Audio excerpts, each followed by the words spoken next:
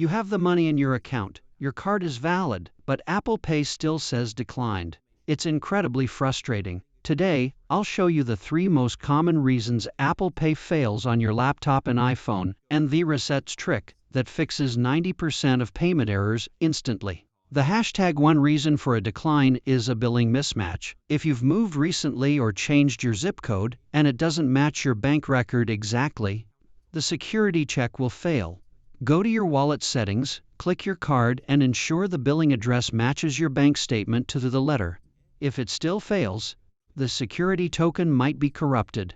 Delete the card from your wallet and re-add it. This forces Apple and your bank to generate a brand new digital device account number, which usually clears any back-end declined flags. Payment successful. If you're still having trouble, call your bank and ask for the digital wallet department. Hit subscribe for more tech troubleshooting.